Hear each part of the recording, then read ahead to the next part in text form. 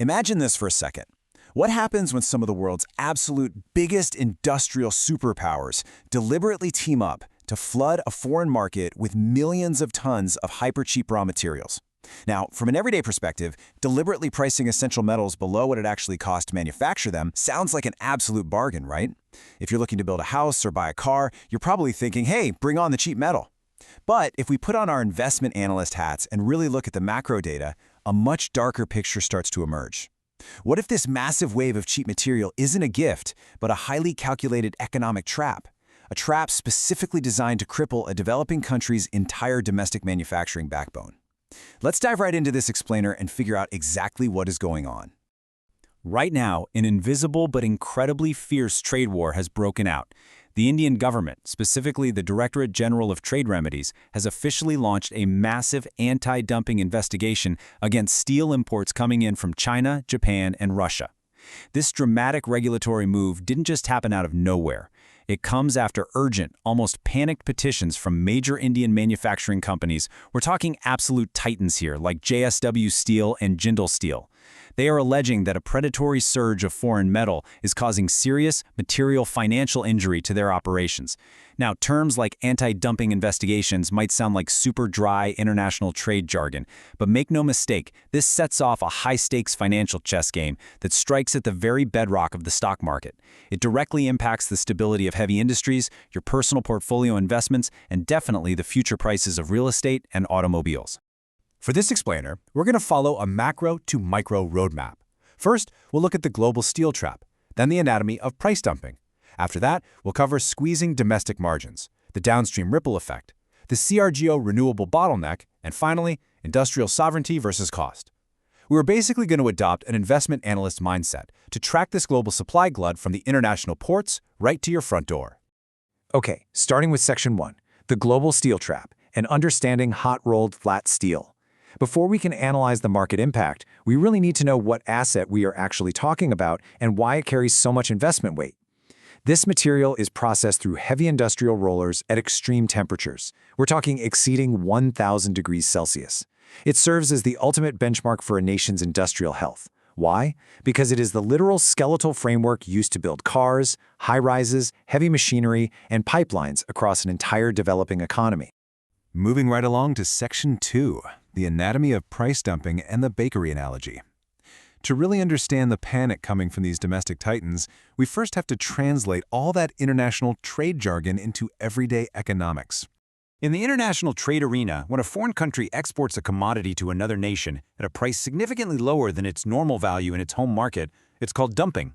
To prevent this predatory pricing practice, the World Trade Organization actually allows member countries to step in, run an independent investigation, and slap a corrective tax called an anti-dumping duty on those foreign imports to level the playing field.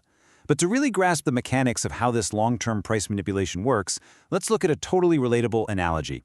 Imagine you run a premier local bakery right in your neighborhood.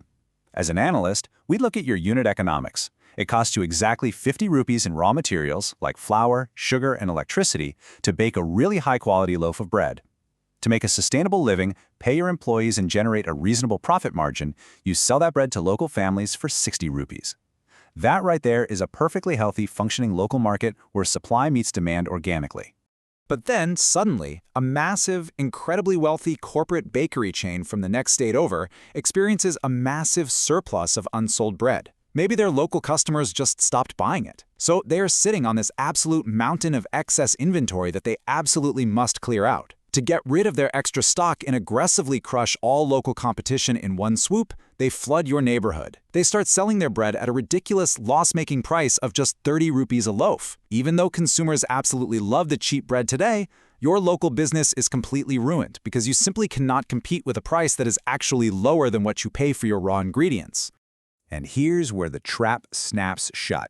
This isn't just about selling cheap bread. It is a highly calculated, strategic move to establish a monopoly. Once you, the local baker, go out of business and your ovens are permanently shut down, that corporate chain instantly hikes their price up to 100 rupees.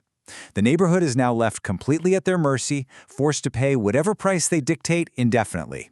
This exact predatory scenario is exactly what Indian steelmakers allege is happening right now, just on a multi-billion-dollar scale across the ocean. Let's move over to Section 3, squeezing domestic margins and the macro supply shift. Let's see how this builds into the main story, and why this is keeping industrial executives awake at night. Global trade trackers reveal a truly staggering statistic. During the initial months of 2026, steel shipments from China and Japan to India literally doubled compared to the previous year. You see, over the last year, a severe economic and real estate slowdown in major hubs, particularly in China, totally crashed their internal demand. But because Chinese factories are built to run at massive scale, they didn't just stop production. They kept producing millions of tons anyway, creating a colossal domestic overcapacity. They desperately needed to offload this industrial glut somewhere just to maintain their cash flow. The result? Local Indian steel producers are currently struggling with massive inventory accumulation because local buyers are naturally abandoning them for the imported, hyper-cheap foreign metal. So you might be wondering, why did all this metal sail straight for Indian ports and not somewhere else? Well, to understand this, we have to contrast India's historically low import duty structure against the massive defensive walls of the United States and the European Union. Western markets recognized this global glut early on and erected steep import barriers, with defensive duties running as high as 50% just to protect their domestic manufacturers. India, on the other hand, deliberately maintained low tariffs for years. The goal was to fuel rapid, cheap infrastructure growth and keep construction costs down. But while this was incredibly well-intentioned, this policy accidentally made India the prime, undefended destination for millions of tons of seaborne steel desperately looking for a home. Let's map out this diverging sector profitability from an analyst's view to really understand long-term investors' sentiment. Right now, there is massive friction in the market. An investor looking at a local steel mill sees a tumbling stock price, mounting financial losses, squeezed profit margins, and a sharply declining return on investment due to those massive inventory pileups we just talked about. Conversely, if that same investor looks at an auto manufacturer or real estate developer, well, their stocks might look artificially strong because they are currently enjoying historically cheap input costs from the dumped steel. But if government tariffs are actually applied, the tables turn instantly. Local mills finally get margin protection, but the downstream auto and real estate sectors face massive immediate cost inflation. Because local producers are facing irreparable harm, they aren't just asking for standard future protection. No, they are aggressively pushing the government for retroactive anti-dumping duties. This means they want the government to apply these taxes backward to shipments that have already landed on Indian docks over the past few months. This is an urgent tactic intended to halt local panic hoarding by importers. But honestly, from an analyst perspective, this is incredibly dangerous. Unpredictable policy shifts and retroactive government taxation create massive uncertainty. It completely spooks both foreign and domestic investors, severely harming long-term industrial stock valuations because nobody knows exactly what their final tax bill will actually be. Which brings us to Section 4, the downstream ripple effect. How does government intervention to protect multi-billion-dollar steel corporations actually alter your everyday household budget? Let's break down the mechanics. Here we can clearly see the simple cause and effect chain reaction that triggers an inflationary domino effect. Step 1, the government heavily taxes foreign steel to level the playing field for local mills. Step 2, without the downward pressure of hyper-cheap imports, local steel prices naturally rise across the board. Step 3, production costs for automakers, real estate developers, and engineering firms spike immediately. So protecting the raw material producers creates an undeniable, massive headache for the downstream industries that consume that steel to build the things we buy every single day. And the analyst takeaway here is pretty stark. Retail consumers will ultimately pay the price. If the government slashes these imports to save the steel mills, you can absolutely expect retail prices to inflate noticeably. Analysts estimate we could see a 3 to 5% increase on the final sticker price of a brand new passenger car or motorcycle. Similarly, homebuyers will likely see a noticeable jump in the cost per square foot for newly constructed apartments and even regular household appliances. This is exactly how macro trade policy and global supply gluts directly stretch your personal family budget. Moving to Section 5. The CRGO renewable bottleneck. The complications of this trade war extend far beyond just basic construction materials and cars. Parallel to the hot-rolled steel probe, the government has launched another anti-dumping investigation into an advanced electrical steel known as CRGO. CRGO is an elite, highly specialized metal that is absolutely indispensable for building the magnetic cores of electricity transformers. The alarming fact, however, is that India is structurally dependent on the outside world for this specific material. To put it in perspective, the nation relies on foreign imports for nearly 90% of its advanced electrical steel requirements, producing only a meager 10% domestically. This isn't just about price anymore. It is a massive structural vulnerability for the country's entire infrastructure network. Independent economic think tanks are dropping a major warning note right here about how this impacts the renewable energy sector. Basically, blanket tariffs on CRGO steel carry enormous risk.